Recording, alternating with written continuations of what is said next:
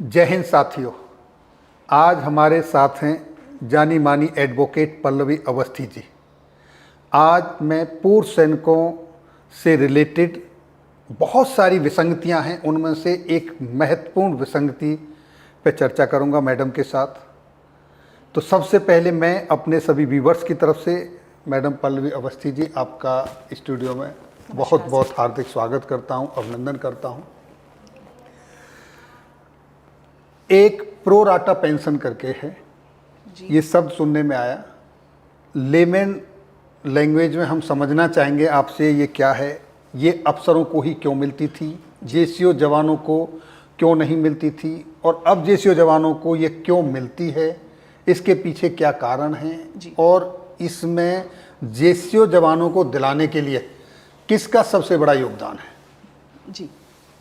इस पे आप, मैं चाहूँगा कि सरल भाषा में, बहुत ही सिंपल लेमन लैंग्वेज में समझाने की मेरे व्यूवर्स को कोशिश करें। जी बिल्कुल, मैं कोशिश करती हूँ कि मेरी लैंग्वेज और भाषा सरल हो। बहुत सारे नोटिफिकेशंस थे, बहुत सारे सर्कुलर्स थे पहले 1986 से 87, उससे पहले के भी हैं बहुत सारे, बट जो हमने कोर्ट में चैलेंज करे थे 86, 87, 88, 95, ये सारे सर्कुलर प्रोरेटा पेंशन की बात करते थे, बट ओनली कमीशन्ड ऑफिसर्स, कि जो भी कमीशन्ड ऑफिसर 10 साल सर्विस करके किसी भी पीएसयू में, सीपीएससी में, किसी भी गवर्नमेंट स्टेट और सेंटर दोनों में अगर वो एब्जॉर्ब हो जाता है with proper channel after permission लेने के बाद डिपार्टमेंट से, तो उसको प्रोरेटा पेंशन मिलता था, उन ऑफिसर्स को प्रोरेटा पेंशन मिलता था। हमने कोशिश की कि ये जो बेनिफिट है प्रोरेटा पेंशन का, ये जवानों को भी मिलना चाहिए, क्योंकि आपके जवानों के लिए भी प्रावधान है आपके रेगुलेशंस में और आपके एएफओज में, आर्मी ऑर्डर्स में, कि वो भी आपसे परमिशन लेके बाहर जा सकते हैं उनके अपने बेटरमेंट के लिए, अपने कैरियर प्रोग्रेशन के लिए। 2016 में गोविंद कुमार श्रीवास्तव का हमने केस फाइल किया, जिसमें मैंने 1987 की पॉलिसी जो थी, जो सर्कुलर था, उसको चैलेंज किया। हमने कोर्ट को ये बताया कि जब ये एक ऑफिसर जो 10 साल सर्विस करके किसी भी पीएसयू में, किसी भी गवर्नमेंट बॉडी में परमिशन लेने के बाद रेस्पेक्टिव डिपार्टमेंट से, चाहे वो आर्मी, एयरफोर्स, नेवी, किसी से भी हो, किसी भी विभाग से, किसी भी 3 फोर्सेस में, सिस्टर फोर्स में, किसी से भी हो, अगर वो 10 साल सर्विस करने के बाद परमिशन लेके अगर वो एब्जॉर्ब हो रहा है, उसको पेंशन मिल रही है, प्रोरेटा पेंशन, जो भी उनकी लेंथ ऑफ सर्विस है, जरूरी मिनिमम 10 साल होना चाहिए, उसके आगे पेंशनेबल सर्विस तक। जैसे कि ऑफिसर्स का, जैसे आपको पता है कि पेंशनेबल सर्विस 20 साल होता है। जी मैम।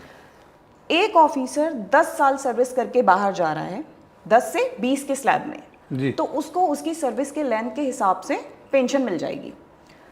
एक जवान जो 10 साल सर्विस करके जा रहा है, जैसा कि आपको पता है कि जवान की 15 साल होती है पेंशनेबल सर्विस, उसको कुछ नहीं मिल रहा था। तो हमने कोर्ट को ये बताने की कोशिश की कि ये आर्टिकल 14 जो हमारा है संविधान का, इसके अगेंस्ट में है। ये जो नोटिफिकेशंस हैं, ये सारे के सारे डिस्क्रिमिनेटरी हैं, और ये जो प्रोरेटा पेंशन है, ये जवानों को भी मिलनी चाहिए। जो सर्कुलर हैं वो जवानों के लिए भी एप्लीकेबल होने चाहिए। जी। 2016 से 2019 तक केस हमारा चला, काफ़ी बार बहस हुई, बेंचेस बदली, जजेस बदले, जैसा कि नॉर्मल होता है हमारे कोर्ट्स में। जी। फाइनली 2019 में जजमेंट आई गोविंद कुमार श्रीवास्तव की, जो कि एक बहुत लैंडमार्क जजमेंट है अक्रॉस द कंट्री। ये पहली जजमेंट थी प्रोरेटा पेंशन पे। इससे पहले बहुत सारे आपको डिसमिसल के जजमेंट्स मिलेंगे, जिसमें कि प्रोरेटा पेंशन पे किसी भी कोर्ट ने एग्री नहीं किया था। इनफैक्ट आर्म फोर्सेस ट्रिब्यूनल में भी केसेस गए थे, और डिफरेंट हाई कोर्ट्स में भी केसेस हुए थे ये। उसके बाद उस कोर्ट में, उस जजमेंट में 2019 में जो गोविंद कुमार श्रीवास्तव था, उसमें ये प्रोरेटा पेंशन जवानों को भी दिया गया।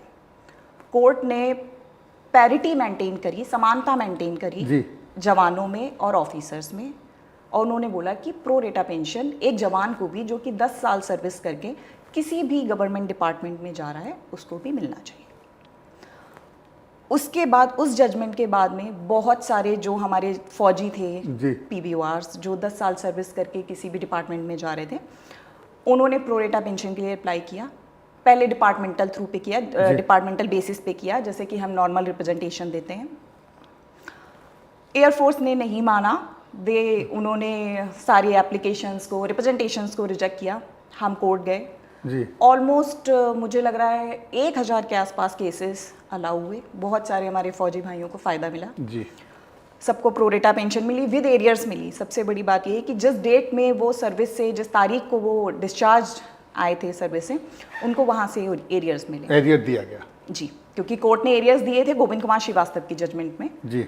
तो सारे जितने भी फौजी थे जो 10 साल से लेके 15 साल तक के बीच में जो सर्विस से बाहर आए थे, लेकिन हाँ मिनिमम 10 साल की सर्विस होनी चाहिए प्रोरेटा के लिए, ये मिनिमम जो क्राइटेरिया है वो है। उसके बाद में फिर 2022 में 4 नवंबर 2022 को एमओडी ने खुद ही पॉलिसी बना दी, क्योंकि उनको लगा कि बहुत सारे लोगों को हमें प्रोरेटा तो देना ही पड़ रहा है क्योंकि कोर्ट का ऑर्डर है। वो सुप्रीम कोर्ट भी गए थे, सरकार इसमें सुप्रीम कोर्ट गई थी, एमओडी सुप्रीम कोर्ट गई, सुप्रीम कोर्ट ने भी उनकी एसएलपी डिसमिस की और गोविंद कुमार श्रीवास्तव की जजमेंट अपहेल्ड की थी। तो उसके बाद तो कोई ऑप्शन था नहीं है, सुप्रीम कोर्ट ने भी डिसमिस कर दिया। तो उसी के बाद उन्होंने पॉलिसी निकाली। पॉलिसी इन्होंने काफ़ी बाद में निकाली सर। 2019 में ये जनवरी 2019 में गोविंद श्रीवास्तव की जजमेंट आई, अप्रैल में ये सुप्रीम कोर्ट गए एसएलपी में, अप्रैल में फर्स्ट डेट पे इनकी सुप्रीम कोर्ट में एसएलपी डिसमिस हुई है जी। और उसके बाद से फिर हमने बहुत सारे केसेस टेकअप किए, वो सारे केसेस अलाउ होते रहे कोर्ट में, हाई कोर्ट ने सारे केसेस अलाउ किए। उसके बाद पॉलिसी जो इन्होंने फ्रेम की है वो की है 4 नवंबर 2022 को। 22 से। हाँ जी। तो 4 नवंबर 2022 में एमओडी ने एक पॉलिसी बना दी कि भाई जो भी 10 साल सर्विस करके गया है विद प्रॉपर चैनल और एनओसी, नो ऑब्जेक्शन सर्टिफिकेट लेके गया है, तो उसको प्रोरेटा पेंशन मिलेगा। और अब वो दे रहे हैं, डिपार्टमेंट वाले दे रहे हैं। अगर कोई भी जो इन कंडीशंस को फुलफिल कर रहा है प्रोरेटा पेंशन की, कि 10 साल सर्विस की है, नो ऑब्जेक्शन सर्टिफिकेट लेके उसने कोई भी डिपार्टमेंट ज्वाइन किया है, चाहे वो स्टेट हो या सेंट्रल गवर्नमेंट का डिपार्टमेंट हो, तो आपको प्रोरेटा पेंशन वो देंगे। मैम एक बार प्रोरेटा पेंशन को थोड़ा सा सिंपल शब्दों में बताइए कि प्रोरेटा पेंशन आखिर है क्या? सर प्रोरेटा पेंशन है प्रोपोर्शनेट पेंशन, लाइक कि अगर आपने, जैसा कि मैंने भी बताया कि 10 साल की मिनिमम सर्विस में प्रोरेटा पेंशन मिलता है।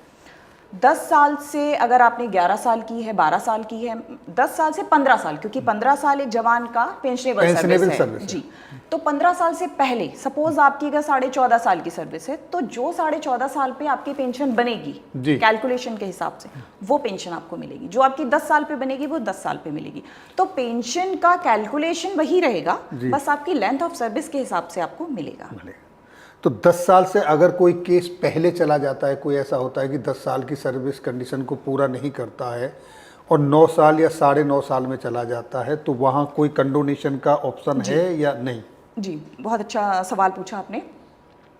हमने ये केसेस फाइल किए हुए हैं और अभी इन पे ऑल्दो एक लखनऊ बेंच की जजमेंट आई हुई है, लखनऊ एएफटी की, और जिसमें कि एयरफोर्स जो है वो अपील में गई है सुप्रीम कोर्ट में। हाई कोर्ट में भी हमारे केसेस पेंडिंग हैं। हमारा कहना ये है कि प्रोरेटा पेंशन पहले नहीं था जी, ये तो 2019 में आया है, पहली जजमेंट आई है। जब आप नॉर्मल पेंशन होता है, जो नॉर्मल पेंशन जब 15 साल पे देते हैं, उसमें आप 1 साल का रिलैक्सेशन देते हैं।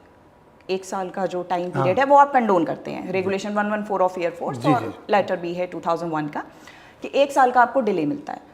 तो हमने कोर्ट में जो प्ली किया है वो ये किया है कि जब नॉर्मल पेंशन में आप 1 साल का रिलैक्सेशन दे रहे हैं, कंडोनेशन कर रहे हैं, तो आप प्रोरेटा पेंशन में भी दे दीजिए 1 साल का रिलैक्सेशन।